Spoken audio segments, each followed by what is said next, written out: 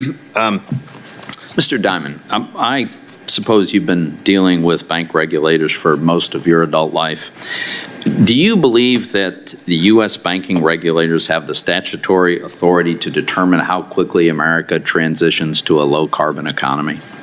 I do not.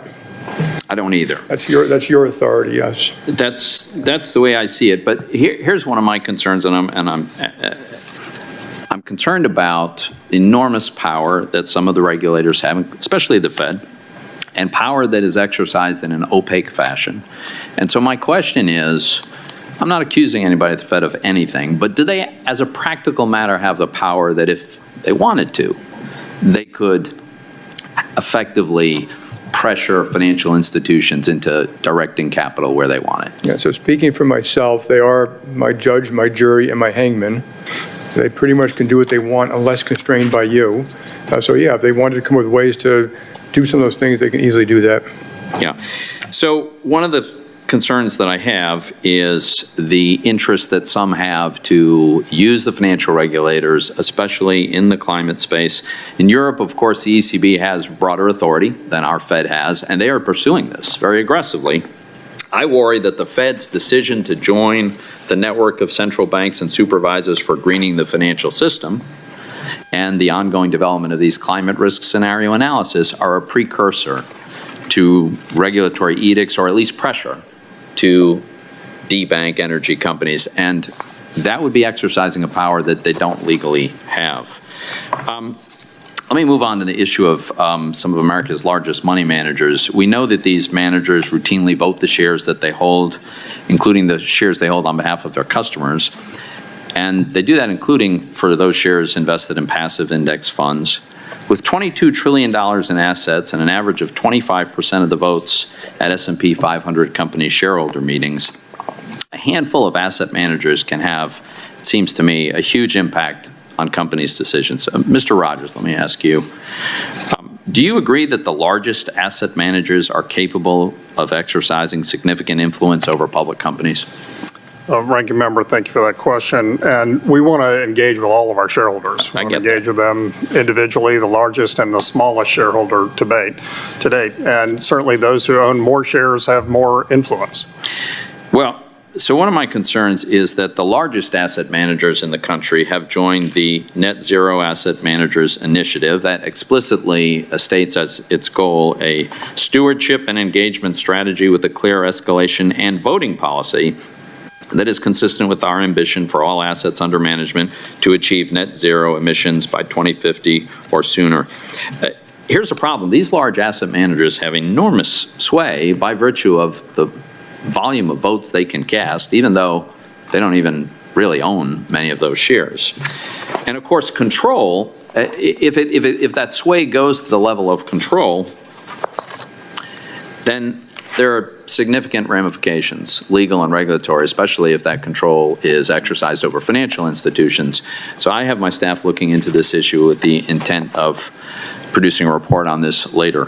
Mr. Demchek, there are folks, including prominent regulators, who seem to believe that large regional banks, although not as big as GSIBs, are already too big to be resolved in the event of a crisis, and therefore they just have to be sold to one of the other banks represented at this table. But correct me if I'm wrong. Is it true that your bank is required to submit a resolution plan to the Fed and the FDIC every 3 years? Yes, we've done so for 10 years. Okay. Did any of those plans that you submitted contemplate as the sole resolution a government bailout or the wholesale sale to one of these other banks? No, it's pretty easy to draw circles around our regions and sell them. Now, the regulators are fully authorized to reject a submitted plan if they thought it was not credible or otherwise deficient. Have the regulators ever rejected your plan? No. So it seems to me that the approval of your plan is at least a tacit admission that there is a credible resolution plan that has been articulated. And so let me make a final point here. Some seem to think that additional regulation and added capital requirements, there's no cost, so why not? it seems to me that there is a cost of adding unnecessary capital requirements on already well-capitalized institutions. Could you share with us your perspective on what's the downside of having unnecessarily high capital requirements? Well, in this instance, it would crowd out other financings that are needed in the market. It's also making it more expensive and difficult for us to lend at a time when our country needs it.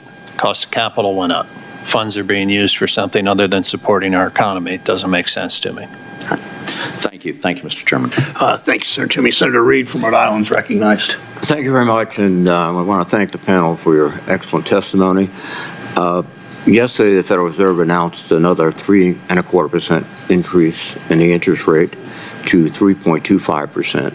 And with these higher interest rates, obviously, the industry has collected estimated. I'm sorry, can you hear me now? You're on. You just aren't close enough here. All right. Okay, I will get closer to the... All right, let's begin again. Thank you for being here. Interest rates are going up. I'll cut to the chase. Interest rates are going up, but deposit rates, what you pay for your deposits, are rarely stagnant, very, very low. And it raises the question, is that making a substantial amount of money on these increased interest rates, why are you not beginning to raise interest rates on deposits? And I'll start with Mr. Sharp. We'll go down. Senator, thank you for the question. We are beginning to raise rates. We have products that have a range of alternatives, I think up to a peak of 1.5% as of the other day. And as rates continue to rise, we would expect to continue to increase the rates that we pay our customers. Mr. Moynihan. The rates are already increasing on deposit accounts, and that'll take place as the rate structure settles in. You can look back in history and see it. And on top of that, remember that for corporates and affluent clients, they'll go and buy treasuries and other things direct, so their money's moving outside the system. And so I think if you spot judge it now, you'll see a low rate structure. It'll increase over time, and then people forget zero interest checking accounts or zero interest in any rate environment. That is what changes the rate calculation that many people cite. Mr. Diamond? Exactly the same as my two colleagues here. Thank you. Ms. Fraser? Yes, we have a broad range of different deposit products, and we are anticipating continued rise in the deposit rate. Mr. Rogers?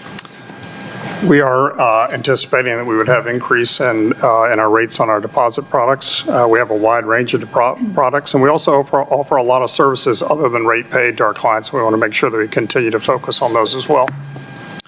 Consistent with that answer, Senator, we offer a wide range of rates, and I would expect them to increase in the future. And finally, Mr. Depp. Senator, it's an incredibly competitive market. We've raised rates. Rates will continue to go up in line with what the Fed's doing.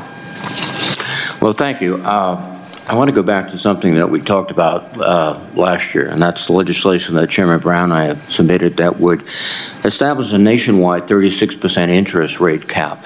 Our goal is, frankly, to eliminate, if we can, predatory lending. I think even in this rising interest rate environment, you've been able to make substantial profits without even approaching 36% interest rate. So I think the number is a valid one. And as you know, we already have that protection for servicemen and women through the Defense Department and the efforts we've done with the Military Lending Act. Last year, when I brought up the issue, there was a consideration that the principle was sound, but you had to look at it. You had to look at it. So would you be able to operate successfully under a 36% interest rate? And as such, would you support this legislation? I'll begin with Mr. Sharp. Senator, we still continue to believe that what you're trying to solve for is something that we should be supportive of. And we would just want to make sure that in whatever legislation was prepared, there was a contemplation of all rate scenarios to ensure that this didn't result in the reduction of credit in any way for the population you're trying to help. Senator, similar to my colleague, at the end of the day, this is really relevant to the company, our company, in terms of rate structure and things. But I would always caution to be careful what you wish for. If you do this outside our industry and other places, does it constrain credit? And I think that's a judgment that you all have to make. But in terms of just a simple number, it's not relevant to us. We don't have anything like that. Yeah, Senator, I totally applaud the effort to stop payday lenders and someone else is on here. And I think we should try to do things like that. And I think in certain products and services, 36% absolutely works. I just want to give you one example. If we modified it, you can make it work. If I was going to give you, actually, a lot of you want us to do small loans for 3 months, 4 months. So a $400 loan for 4 months, 3 months, it would cost us $40 just to process the loan. No interest rate. But because the $40 cost goes into the APR, that would come out as 40%. So if we changed it to the marginal cost of processing a loan plus 12%, we would definitely be willing to do something like that to help customers.